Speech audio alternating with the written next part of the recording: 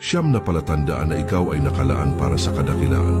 Una, may malinaw kang layunin sa buhay. Ang isang taong nakalaan para sa kadakilaan ay hindi basta nabubuhay lang para sa araw-araw na pangangailangan. Alam niya kung bakit siya narito at kung ano ang ipinagagawa sa kanya ng Diyos. Ang kanyang direksyon ay hindi nababago ng opinyon ng iba dahil matatag ang kanyang paniniwala sa layunin ng may kapal para sa kanya. Hindi siya natitinag ng kabiguan dahil alam niyang bawat pagsubok ay hakbang patungo sa katuparan ng kanyang layunin. Jeremias 29 verse 11. Sapagkat batid kong lubos ang mga panukalang inihahanda ko para sa inyo, sabi ng Panginoon, mga panukalang magdudulot sa inyo ng mabuti, hindi ng masama, mga panukalang magbibigay sa inyo ng kinabukasan at pag-asa. Pangalawa, matatag ang iyong pananampalataya sa gitna ng bagyo. Ang dakilang tao ay hindi umaasa lamang sa nakikita. Kapag dumadaan sa unos, mas lalo siyang kumakapit sa Diyos. Alam niyang kahit hindi niya maintindihan ang nangyayari, may layunin ang lahat. Ang pananampalataya niya ang nagbibigay sa kanya ng lakas para magpatuloy kahit tila walang kasiguraduhan. 2 Corinto 5 verse 7. Sapagkat namumuhay kami sa pamamagitan ng pananampalataya, hindi sa pamamagitan ng paningin. Pangatlo, may puso kang mapagpakumbaba.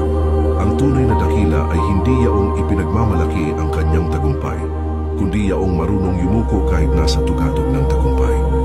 Ang kababaang loob ay tanda ng karunungan. Alam ng taong mapagpakumbaba na ang lahat ng kanyang tagumpay ay biyaya lamang ng Diyos, hindi sariling galing. Santiago 4 verse 10.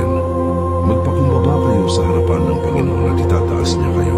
Pang-apat, may puso kang handang maglingkod. Hindi mo kailangang maging sikat para maging dakila. Ang pagiging dakila ay nasusukat sa lawak ng iyong puso sa paglilingkod. Ang taong may pusong tagapaglingkod ay inuuna ang kabutihan ng iba bago ang sarili.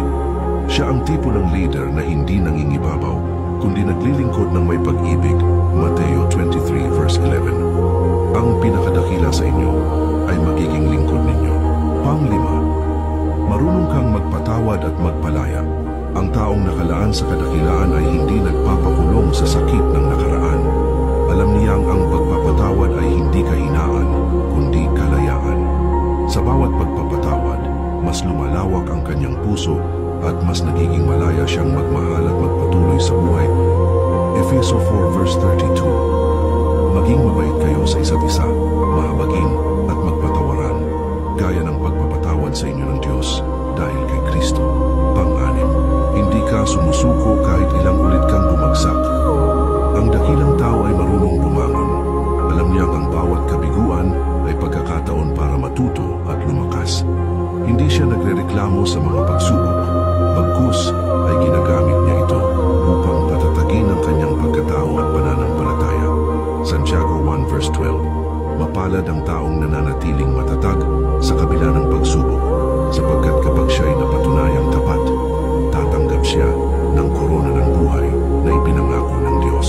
Pangpito, may integridad at kadalisayan ng puso.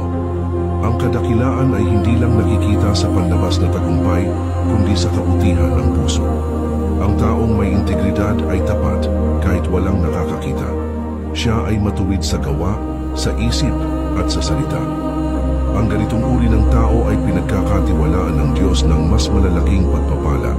Kawikaan 11 verse 3. Ang katapatan ng mga matuwid ang kanilang patnubay, ngunit ang mga sinungaling ay winawasak ng kanilang pandalaya. Pang-walo, laging may pusong mapagpasalamat. Ang taong marunong magpasalamat ay laging busog sa biyaya. Nakikita niya ang kabutihan ng Diyos kahit sa gitna ng kakulangan. Ang pasasalamat ay nagbubukas ng pinto sa mas marami pang pagpapala dahil ang pusong kontento ay pusong pinagpapala. 1 Thessalonica 5 verse 18. Magpasalamat kayo sa lahat ng pagkakataon sapagkat ito ang kalooban ng Diyos para sa inyo kay Kristo Jesus. Pang-siyam, ang lahat ng gawa mo ay para sa kaluwalhatian ng Diyos. Ang pinakamataas na anyo ng kadakilaan ay yaong ang lahat ng ginagawa mo, maliit man o malaki, ay para sa karangalan ng Diyos. Hindi mo hinahangad ang palakpak ng tao, kundi ang papuri ng may kapal. Ang ganitong puso ay hindi kailanman maliligaw dahil ang Diyos mismo ang kanyang patutunguhan. 1 Corinto 10 verse 31. Kaya't kung kayo man ay kumakain o umiinom o anuman ang inyong ginagawa, gawin ninyo ang lahat para sa kaluwalhatian ng Diyos.